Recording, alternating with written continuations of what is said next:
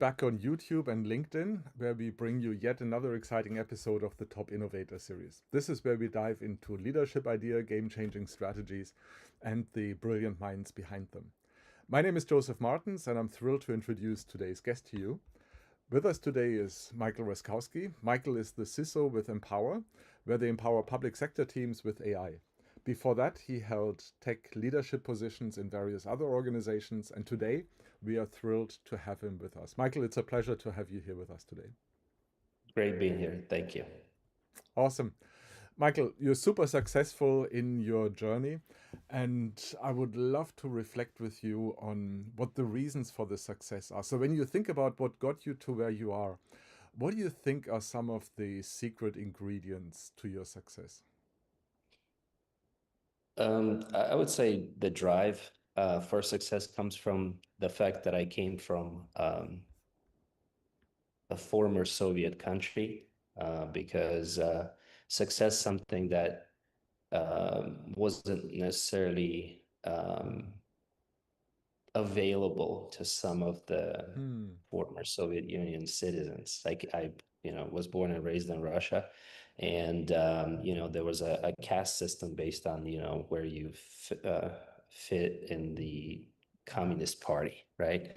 So coming to the United States as a teen, I saw that in the United States, being truly the land of opportunity, if you applied yourself um, fully to whatever goal that you've set for yourself, you would succeed 100%. And I think Hmm. that is one of the main contributive factors to my success.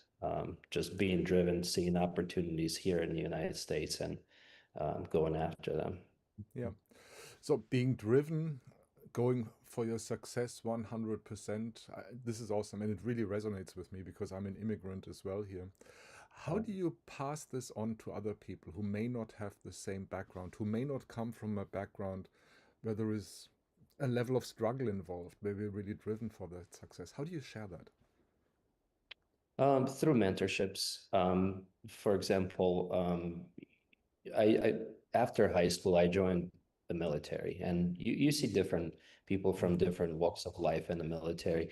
And military is really good at motivating folks, telling them what the mission is and applying themselves.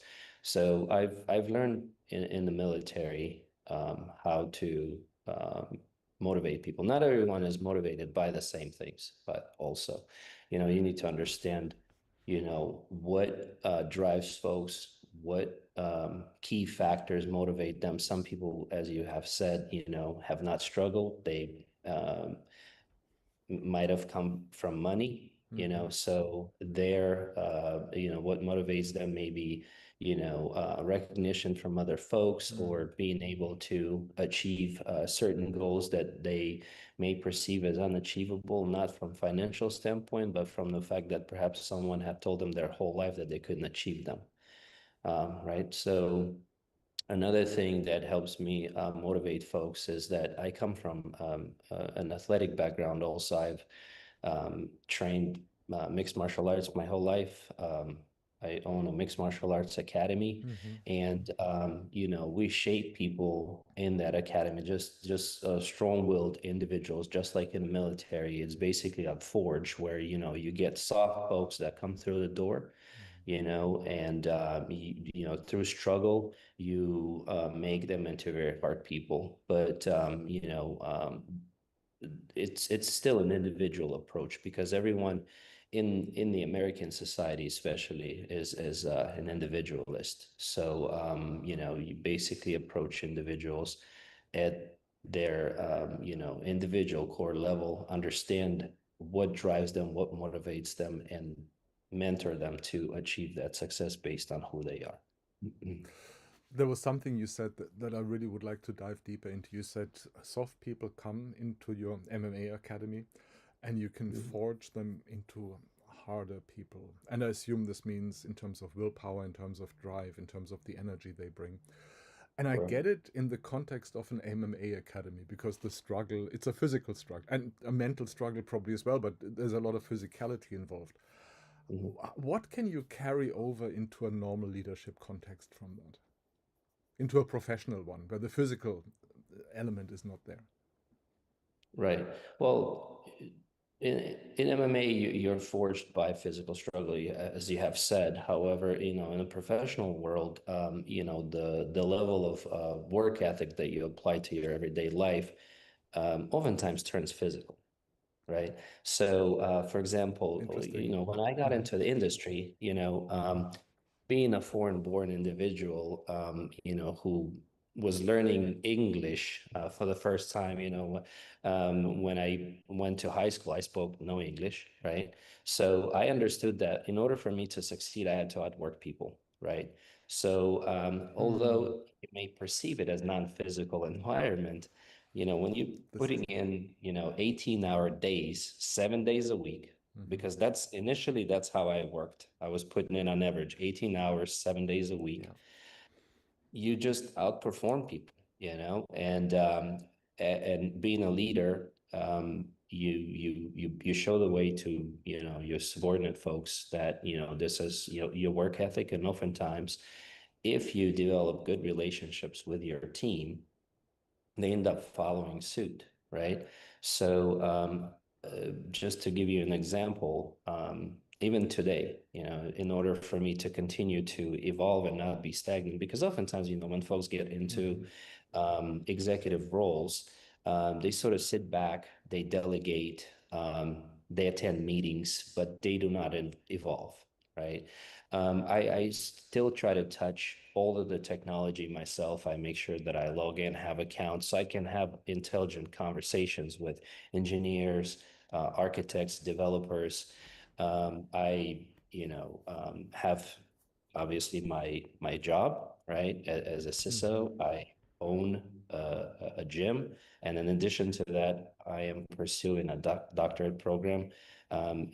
Do I need to have a doctorate program? Absolutely not. I already achieved the pinnacle of my career in terms of, the role that people are gunning for. And typically, folks are trying to obtain higher education in order for them, well, graduate level education in order for them to get into the position in which I am.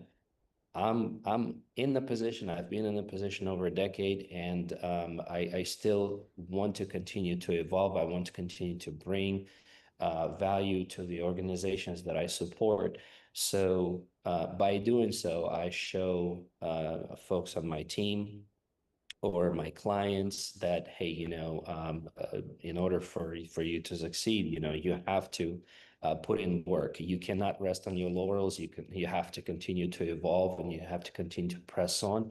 So when they see that sort of work ethic coming from the Mm-hmm. leadership, they understand, they start to learn that in order for you to attain certain level of success, you have to put in work. Because when I was a Get junior, it. I used to think, well, once I become a manager, I wouldn't have to work as much. I'm just going to delegate. Then I became a manager, and I realized that my workload has increased. Then I thought, well, once I become a director level, then I'll definitely delegate, and I get there and my workload seems to have increased. And the level of responsibilities for things have increased as well, because now I'm responsible for the well-being of folks, for their livelihoods, for us winning and retaining contracts, and then you continue to press on and you get to the executive role and you realize the reason you're an executive is because of the kind of work you do. And the reason you get compensated so Mm-hmm. well is because you bring value to the organization, but you bring value through hard work, right? And I try to relay that to Yeah. folks that I work Yeah. with I all the love it. time. Absolutely love it. And you're absolutely right about the physical work of that. Absolutely right. And I assume with your PhD, you're back to the almost 18-hour days or so close to it as well, if you have these multiple things going on. Michael, you mentioned mentorship, the importance of mentorship before, and I would like to dig a bit into that. When you think back to your mentors, your trusted advisors, the people who were following your journey, what was something that they shared with you that really stuck with you? What's important advice that you can attribute to someone? It's a learning that you picked up from someone and it was meaningful. It helped you, it was important for you. Wow, that's a That's a good question. I haven't thought about it because there have been, plenty of mentors in my life, Hmm. but one individual in particular was my mentor in my early career because this individual had a very similar background to me. He was about a decade older than I. He's also served in the military. He was very successful in the cybersecurity field, and he was very driven. We had very similar goals, and that individual um, taught me not to be afraid and to value who I am because I was in the lower enlisted ranks in the military, and we started to interface with senior executive military folks like flag officers. Hmm. And he told me, understand that one day you will achieve the rank equivalent of a flag officer in the commercial world. So you need to feel like these folks are your peers, right? So he taught me to be comfortable in uncomfortable situations. And I think that had made me value myself um, significantly more than I would have, because I used to think that, perhaps, I wasn't necessarily, I wouldn't say good enough, but I wasn't necessarily equipped to be able to speak up at certain points, or that perhaps the things I was doing were too trivial. You know, he made me understand what Dunning-Kruger effect was as well. Mm. So I started to value and appreciate the work I was doing, and I started to speak on that as a subject matter expert.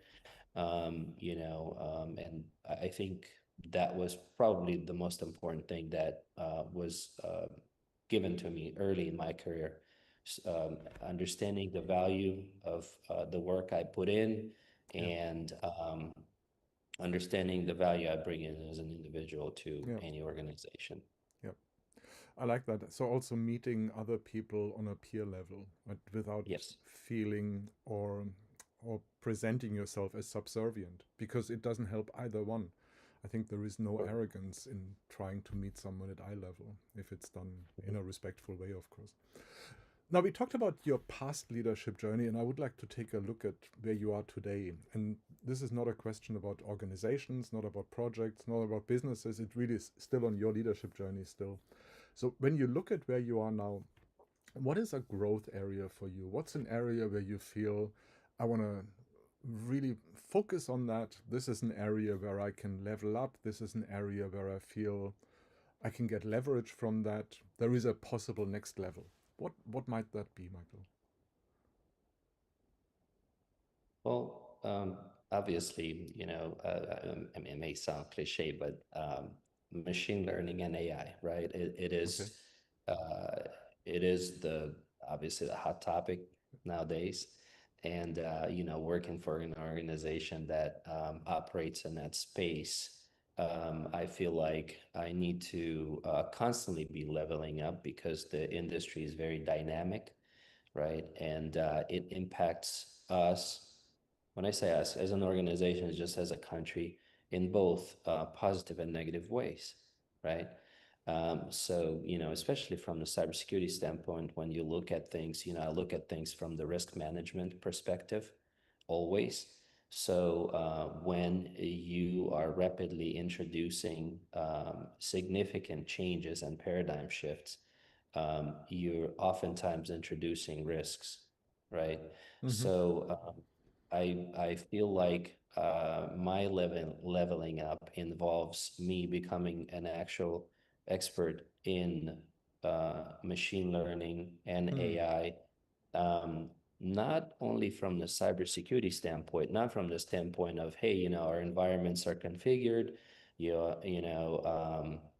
whatever we're developing, we're addressing, let's say, OWASP top 10, AI, LLM, vulnerabilities.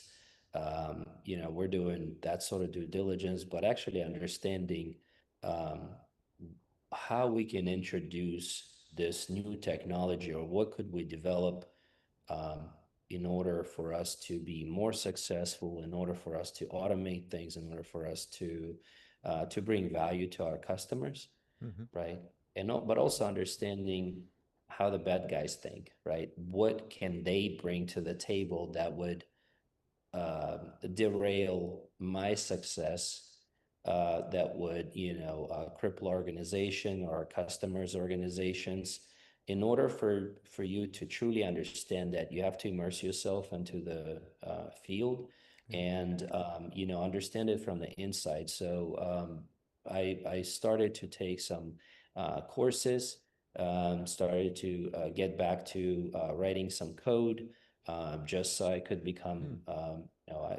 not necessarily a developer, but understand how the code is written, how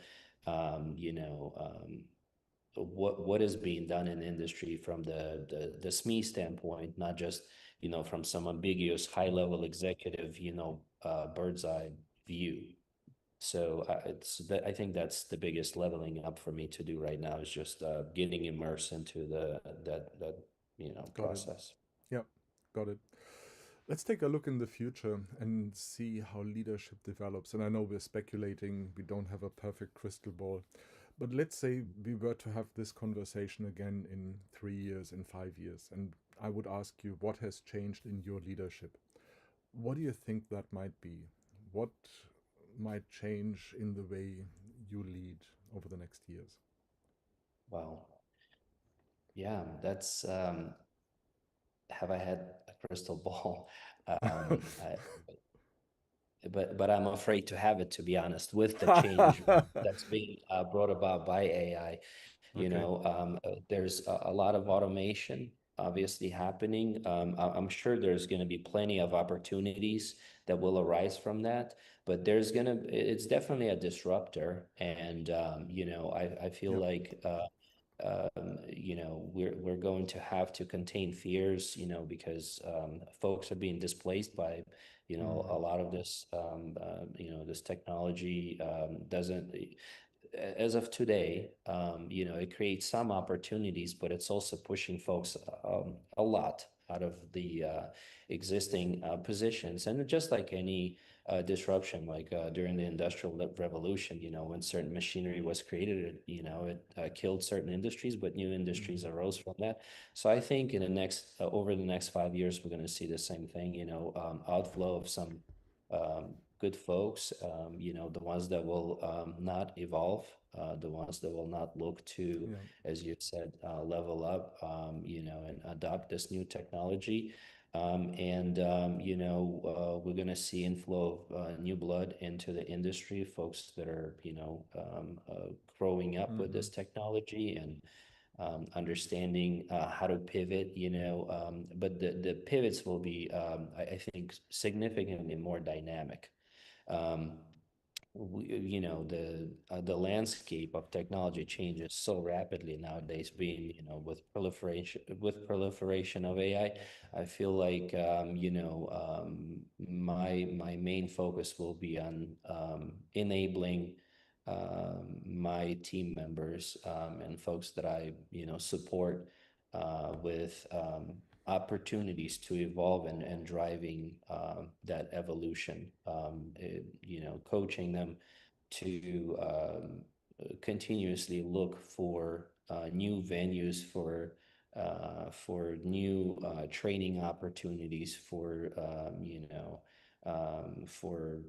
just constantly seeking out ways to continue to improve with the help of this new technology, because this technology is amazing as far as I'm concerned. It literally made me probably 500 times more productive than I was in the Wow. past. Yeah, so I feel like, everybody can learn from that, and everybody, can apply that. But in order for them to apply that, they should not fear, the changes being brought about Yeah. by that technology, but Yeah. actually use that as a tool to empower themselves, to Yeah. make themselves more productive and thereby more marketable. Yeah. Mhm. Wow. 500, and I know that's a guess, but that's a huge number, right?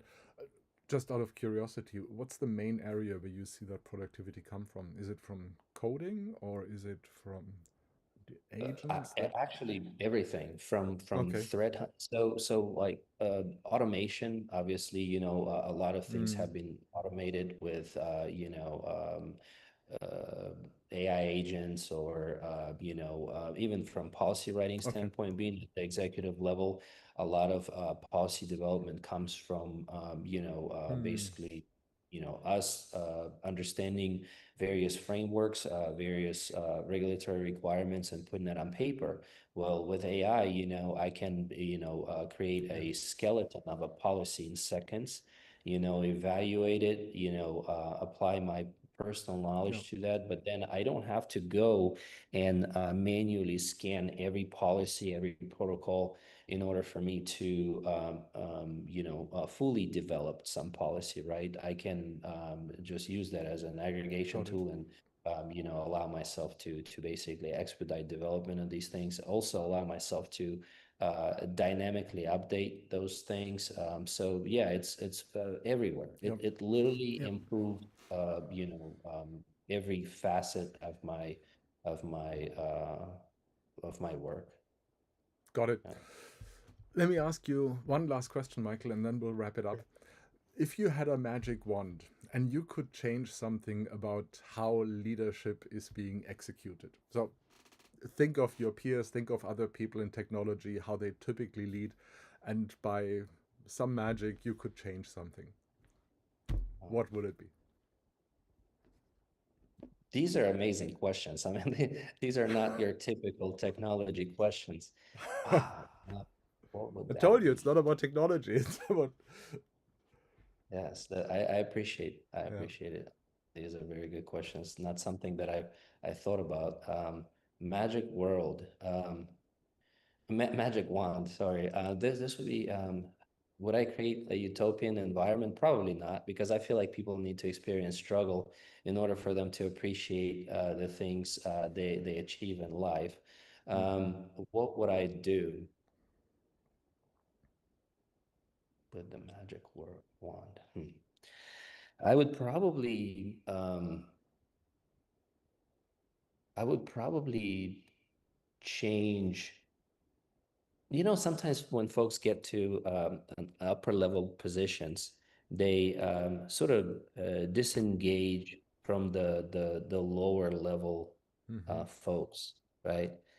And if I have done that, if I have had that tool, I would probably make it so that everyone, no matter how where they are in the totem pole of an organization and that chain of command, would have um, good personal relationships with everyone in the organization.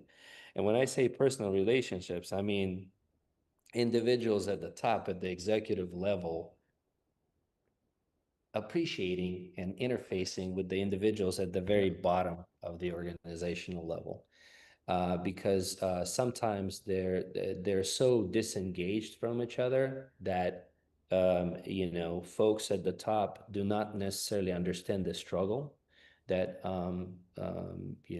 junior peers are going through, and because of that, the organizations are not effective, and the guys who are actually out there in the field, doing work, aren't necessarily getting a good enough support in order for them to be successful. There's no good support structure, and it's very, very common. So I Hmm. think that if I had that, I would certainly make sure that there was no barriers in terms of communication and access to the leadership.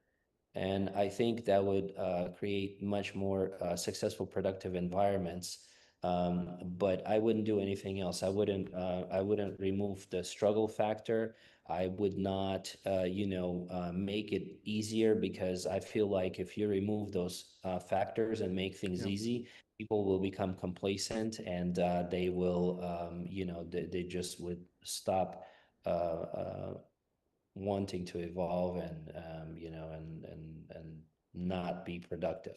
So Yeah. yeah, that's all I would do. That I would make a very small change just to have that, allow that level of accessibility, and that's probably it. Neat. Very neat. So strengthening the relationships in the organization of being more Yes, accessible, and I really love the callback to the beginning as well, not removing the struggle, because it is important, right? It doesn't feel like it in the moment, but once we're through it, we recognize the value that it might have brought us. Michael, thank you so much. Been a real pleasure having you in the conversation here. very well. Yes, thank you. To everyone else out there, make sure to like, subscribe, and share. And most importantly, join us again for our next podcast. And until then, keep your brain cells active. All right.